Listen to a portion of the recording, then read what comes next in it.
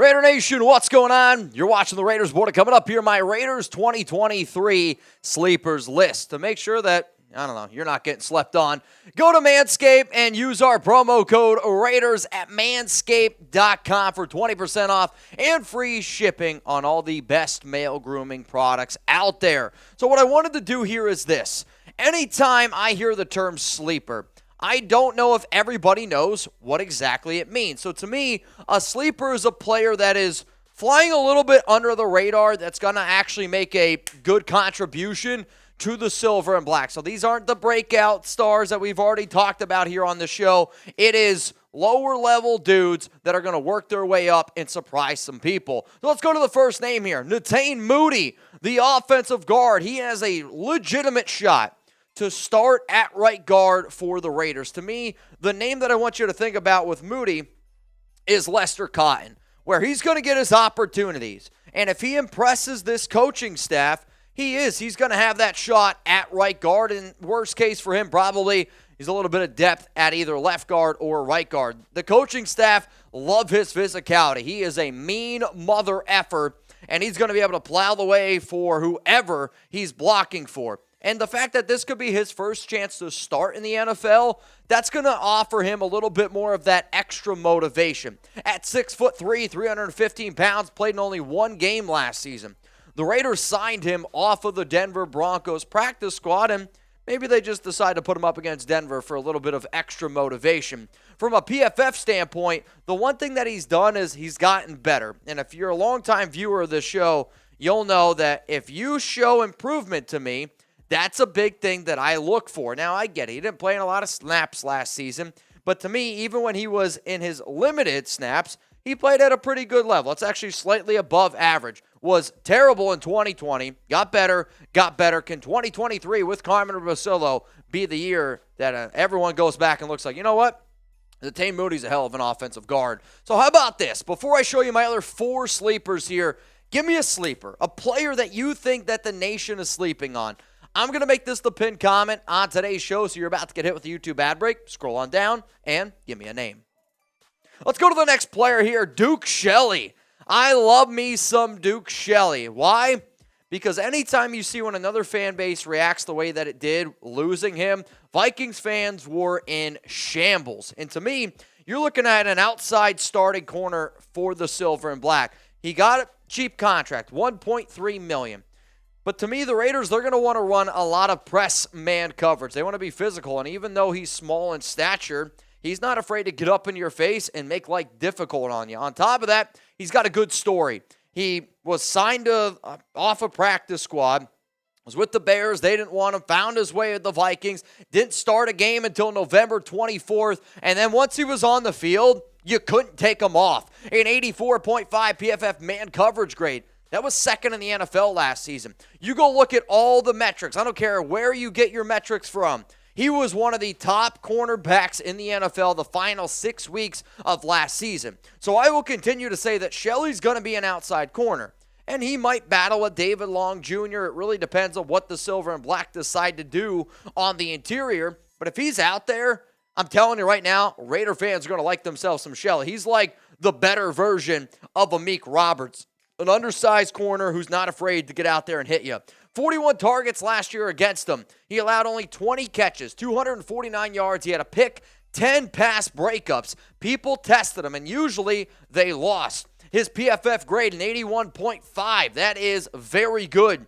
A run defense grade. You know what? Not that worried about it. Tackling, not that worried about it. What do I want on my corners? Guys that can cover. An 84.9 coverage grade, one of the highest in the NFL last season. I'm going to still show you some more sleepers, but before I get into that, again, huge shout out to today's sponsor, Manscaped. Manscaped's been around here on this show for about 2 years now, so hopefully the nation, our black holes are looking great. If your black hole's not looking great, or if your Ken Stabler is still got a bush around it, get rid of that George W. and go impress your lady friend or friends. It is 2023 after all. The best tool to use is the Lawnmower 4.0. I love this thing. I use it at least once a week. I can take it in the shower. I can also use it when Alex is in the shower and I'm trying to clean up a little bit. Also, you can get your hands on the boxers, the most comfortable boxers you've ever worn.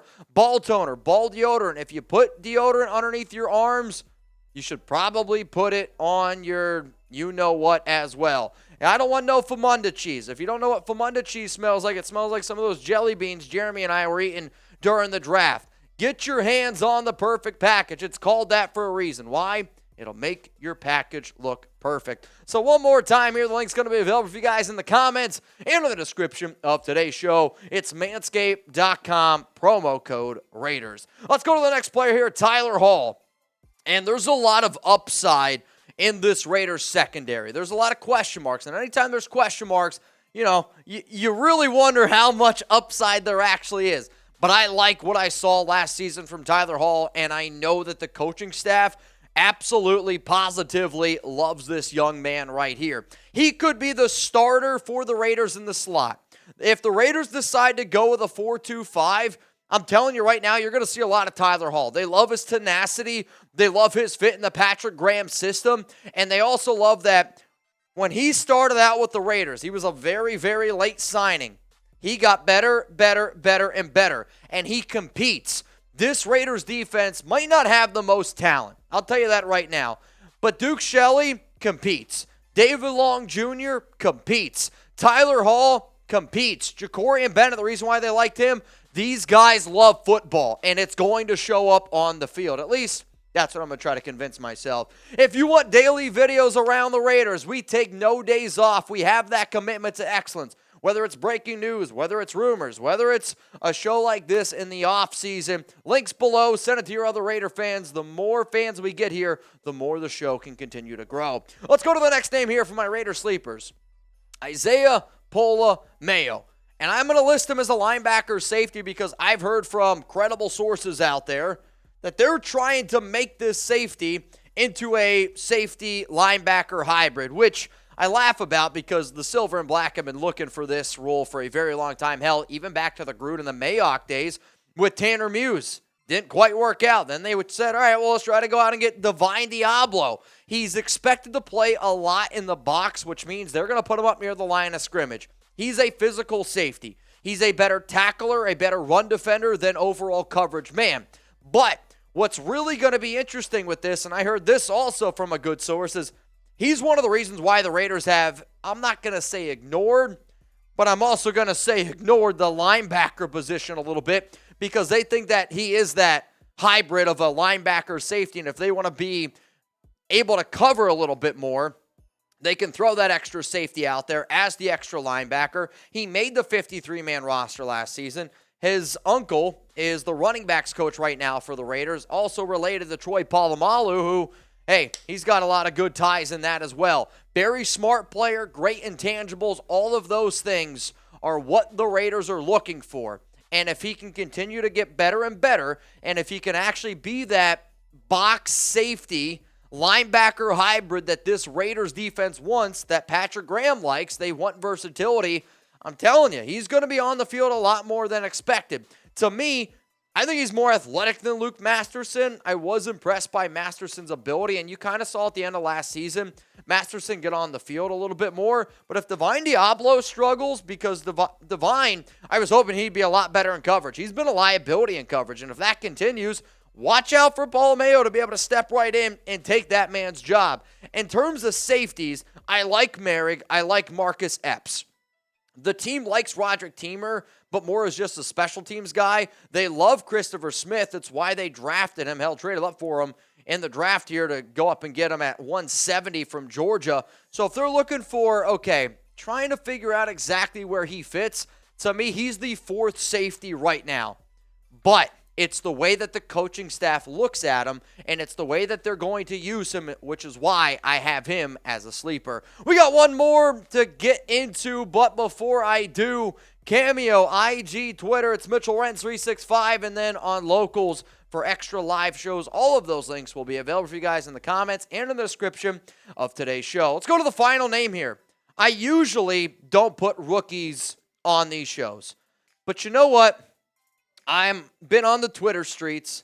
I've been on Instagram. I've checked my DMs. quite a bit of disrespect around Tyree Wilson. And the Raiders, they drafted him at number 7 overall. I get it. He suffered a season-ending foot injury on November 12th. There were some NFL teams that put him a little bit further down their draft boards because of it. But you know what? He's expecting to be ready by training camp, which is in late July, which is going to scare some people because the Raiders do not intend to have him until then, from what I understand. And I get it.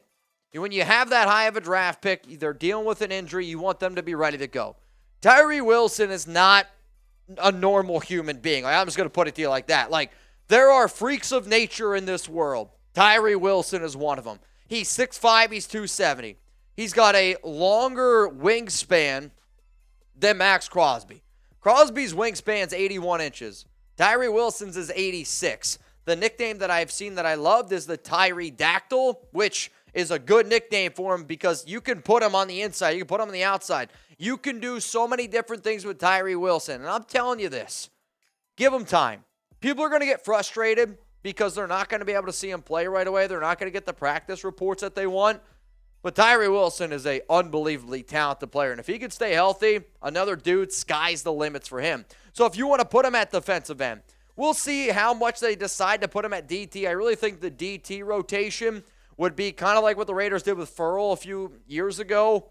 And they were like, all right, it's a passing situation. We want Chandler Jones, we want Tyree Wilson, and we want Max Crosby out on the field. Or if you just want to go with 3 guys in general, that's a hell of a front, man. So here are my Raiders 2023 sleepers list. I'll probably make an updated list as the year goes on and the more we get into the offseason. But this is my early edition. Netane Moody, Duke Shelley, Tyler Hall, Isaiah Pola-Mao, and then Tyree Wilson. If you want, take a screenshot, post it on social media. Just make sure you tag me. So before I head on out of here, what did I leave off my list? Definitely somebody I left off my list. Also, huge shout out to L. Davis, Mercedes-Benz. Thanks for the jersey, my guy. And if you want to get your own jersey on the Raiders Report, you got to tune into a live show. I'll give you some more details on it. But give me a name who I left off my Raider Sleepers list.